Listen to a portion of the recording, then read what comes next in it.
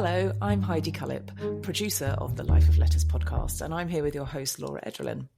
In this trailer for the Life of Letters, I wanted to quickly interview Laura, not only so you can get to know her a little bit better, but also so you can hear firsthand how Laura ended up on her calligraphy journey and why she's so keen to speak to others in this space. So, hi, Laura. Hi, Heidi. Hi. So you and I met when I attended one of your calligraphy workshops a few years ago. Can you tell us how you got into calligraphy and how it came about that you and I were in a room together, you teaching me how to write letters?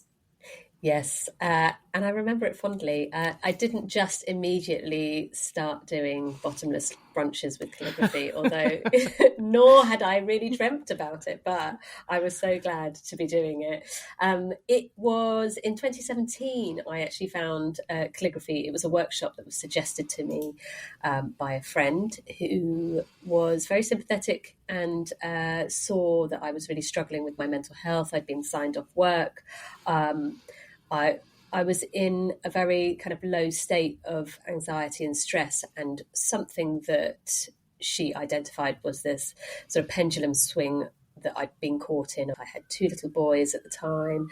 There were lots of spiraling news stories, and then I would be thrown back into work where I was working long 16-hour days. So life had gotten on top of me, and she was quite aware that there was a little bit missing. I was quite a creative person, sort of just generally, and I wasn't really doing anything creative or anything for myself. So suggested these calligraphy workshops, which I did end up going along to. And when I learnt some of the techniques for pointed nib and ink, I found it very interesting that it was all about slowing down.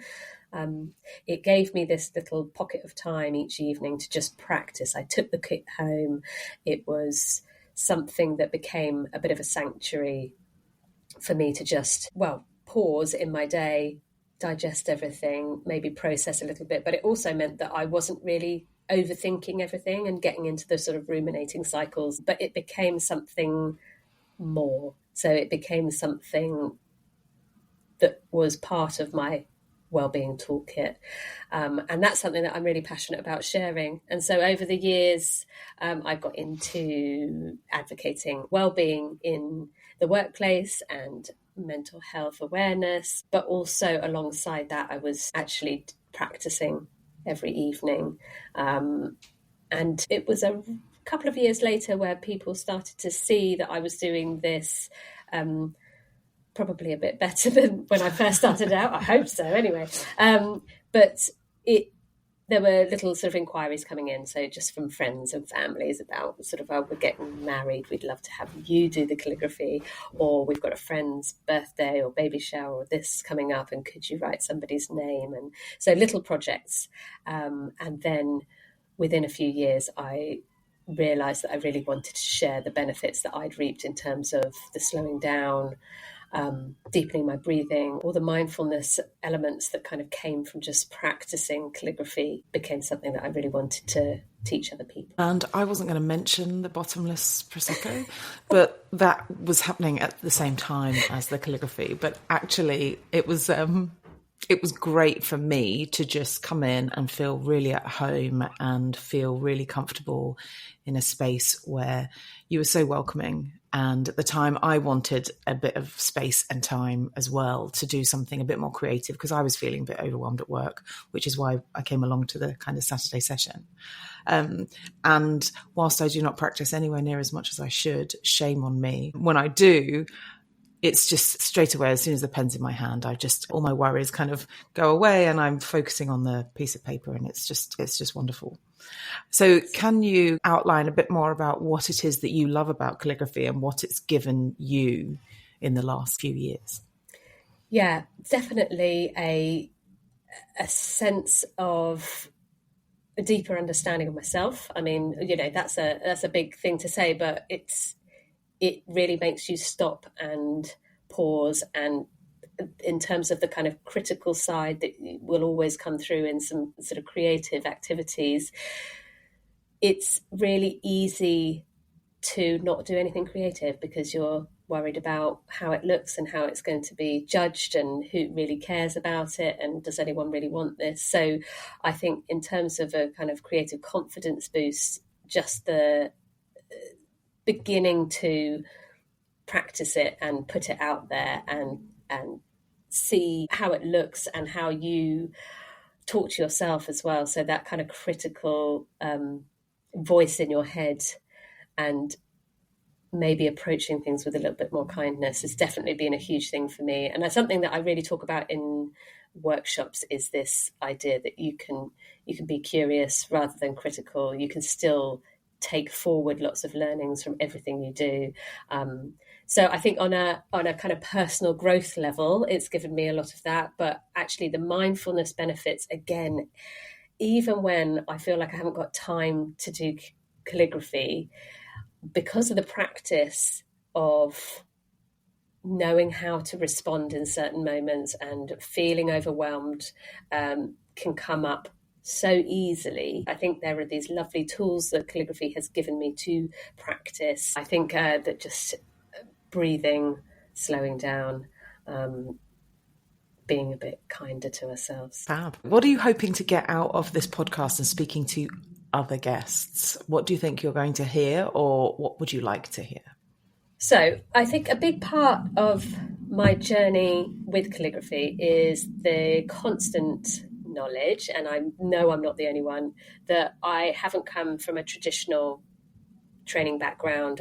It's a bit like being a musician without the kind of classical training, and feeling like a total interloper, that I've just sort of stumbled across something and thought I'd give it a go. So there's a little part of me that is actually fascinated how other people have got into calligraphy, how people have gone through traditional routes, how perhaps they've come through their own practice organically and built businesses out of it, or perhaps they don't do it as a business. It is just a passion of theirs. I also think I'm very aware of how big the world of lettering, sign writing, penmanship, handwriting, there's all these little pockets around the world of people doing things related to letters, whether it is designing, analysing, deciphering. And I think it's fascinating, but I know very little about it, and I would love to know a little bit more. I've got an archaeological degree, which I've done absolutely nothing with. So I think there's this little itch that I want to scratch in terms of digging into the history of where have all these letters come from? Why are we fascinated by designing them, and fonts and typography? And also, who are those people who were writing them? Who are those people who started to create the tools for us to write them? How has it evolved over time? And also, what's the future going to hold for all of these different art forms, even the studies around them, and how a new generation of people can continue to do that, whether it's by hand or digitally or a combination of both.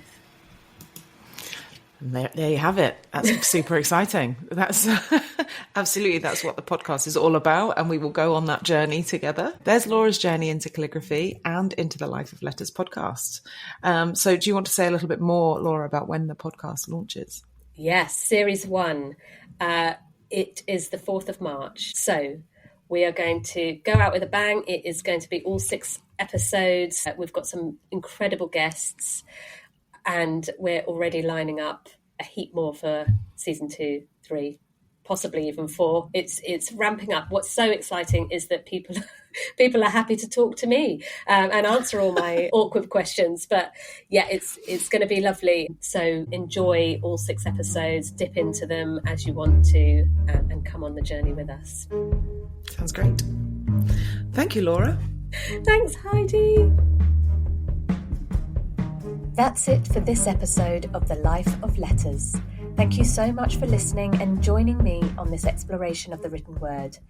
Thank you to my producer, Heidi Cullip, for ensuring this podcast reached your ears. And finally, to all the guests featured in this series. Go check them out. I'd love for you to subscribe, leave a review, or share it with a fellow lettering enthusiast. It really helps others discover the podcast. You can also connect with me on Instagram at the Life of Letters podcast to continue the conversation, share your own lettering journey, or suggest topics you'd love to hear about in future episodes. To discover more about my calligraphy workshops and more, visit lauraletterslife.com or say hi on Instagram at lauraletterslife. Look out for the next episode, and until next time, keep creating, keep learning, and keep writing, one letter at a time.